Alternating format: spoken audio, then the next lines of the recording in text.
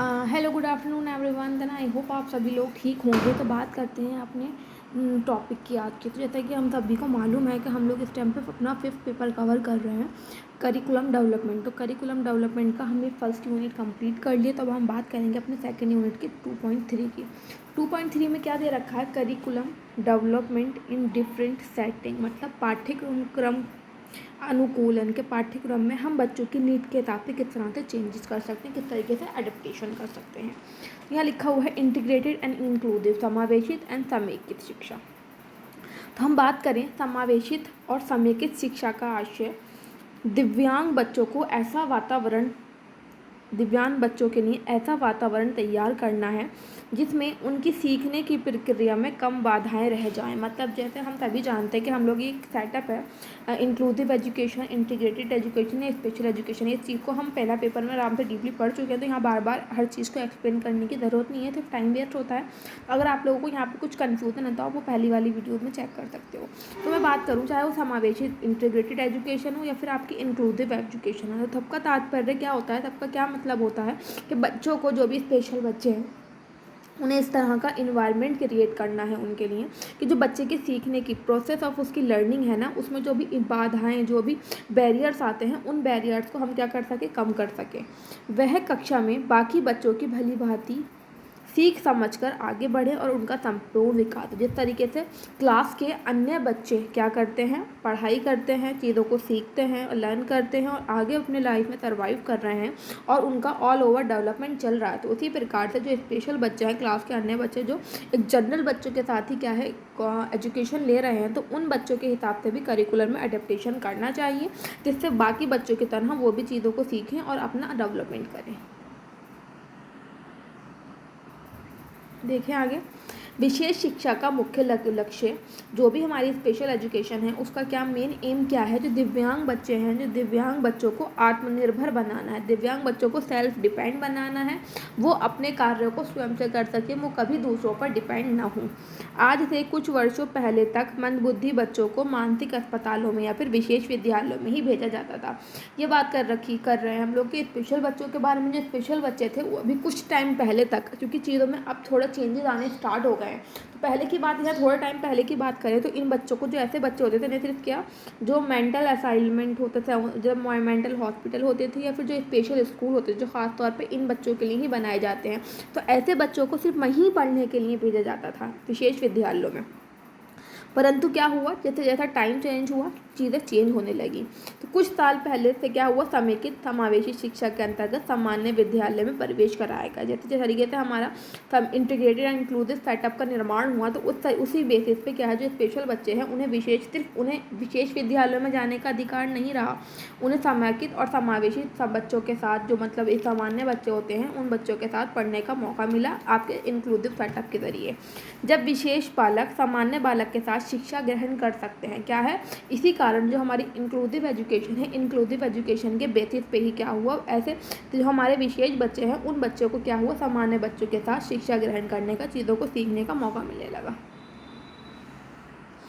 हम बात कर रहे हैं यहाँ समेकित शिक्षा के प्रकार। समेकित शिक्षा के यहाँ 3 प्रकार आपको देखने को मिलेंगे। फर्स्ट है हमारा स्थानीय समाकलन, एक ही जगह विशेष एवं सामान्य विद्यालय स्थित हो परंतु दोनों की कक्षाएं अलग अलग हो।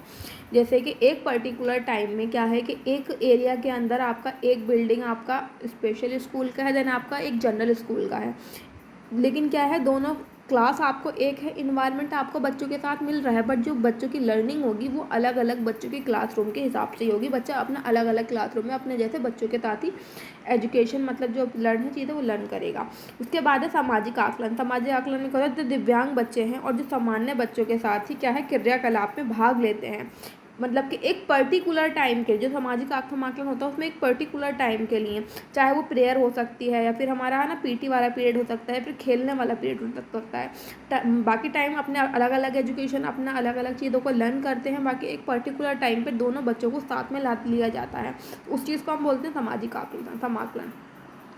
उसके बाद है कार्यात्मक समाकलन। इसमें क्या होता है, दिव्यांग बच्चों को सामान्य एक ही कक्षा में दी जाती। कार्यात्मक समाकलन में क्या होता है, जो स्पेशल बच्चे होते हैं, जो हमारे और जनरल बच्चे होते हैं, सामान्य बच्चे होते हैं, उन सभी को क्या करते हैं, एक ही साथ शिक्षा दी जाती है, एक ही क्लास में बिठा के, एक पर्टिकुलर टाइम के लिए उन्हें अलग नहीं किया जाता है।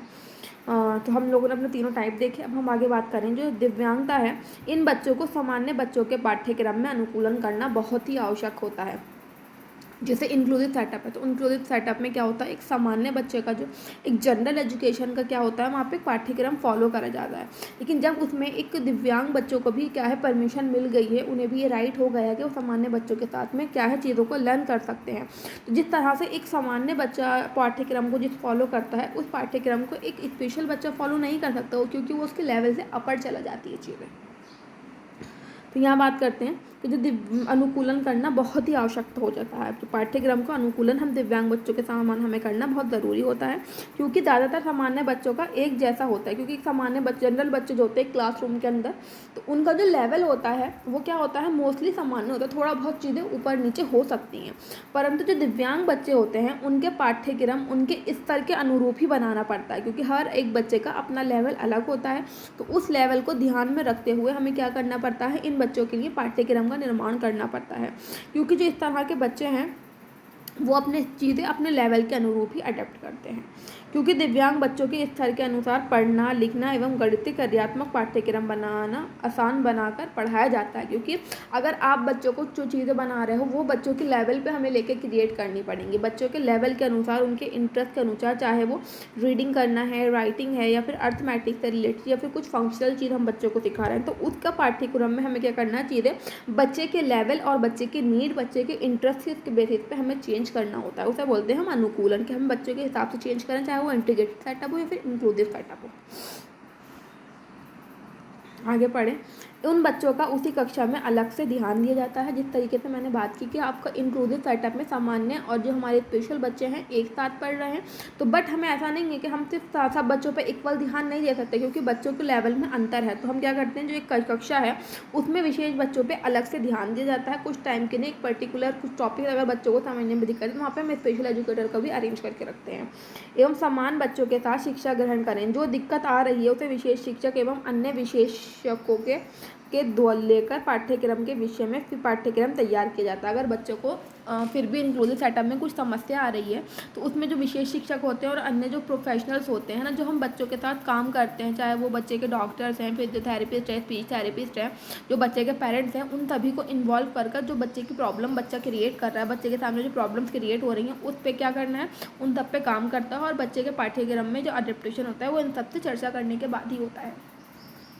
एवं उनके साथ ही साथ शिक्षकों की शिक्षण की तकनीकों का भी इस्तेमाल करना चाहिए। जो भी हमारे स्पेशल एजुकेशन में हम टीचिंग स्ट्रेटजीज जो अपने टेक्निक्स का यूज़ करते हैं, हमें वो सब अपने क्लासरूम में इस्तेमाल करना चाहिए, ताकि वो बच्चों के लिए थोड़े ईजी हो जाए चीज़ों को सीखना, लर्न करना, ताकि दिव्यांग बच्चों का नीति सामान्य बच्चों के शिक्षा ग्रहण कर सके। जिस तरीके से एक सामान्य बच्चा शिक्षा ग्रहण करता है, उसी प्रकार से हमें थोड़े एफर्ट्स डालने पड़ेंगे। उसी के बेसिस पे एक बच्चा अपने हमारी टेक्निक्स, हमारे टीचिंग स्ट्रेटजीज वगैरह फॉलो करके हम बच्चे को उस मतलब मोटिवेट कर सकते हैं चीज़ों को सीखने के लिए।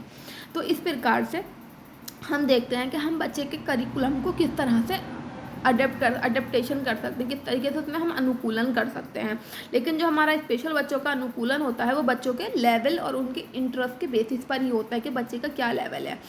तो अभी हमने देखा जिस प्रकार से हम बात कर रहे थे कि curriculum adaptation in different setting, तो यहाँ पे हमने इंटीग्रेटेड और इंक्लूसिव सेटअप की बात करी कि हम किस तरह से इसमें अडेप्टेशन बच्चे का कर सकते हैं। जिस तरीके से हमें बच्चे का अडेप्टेशन करना होता है तो हमें बच्चे को हमेशा वो उसकी हम नीड बेस पर करते हैं, जो बच्चे की आवश्यकता है उसको ध्यान में रख के ही करते हैं। तो देन आई होप आपको टॉपिक समझ में आया होगा। Then thank you for watching my video.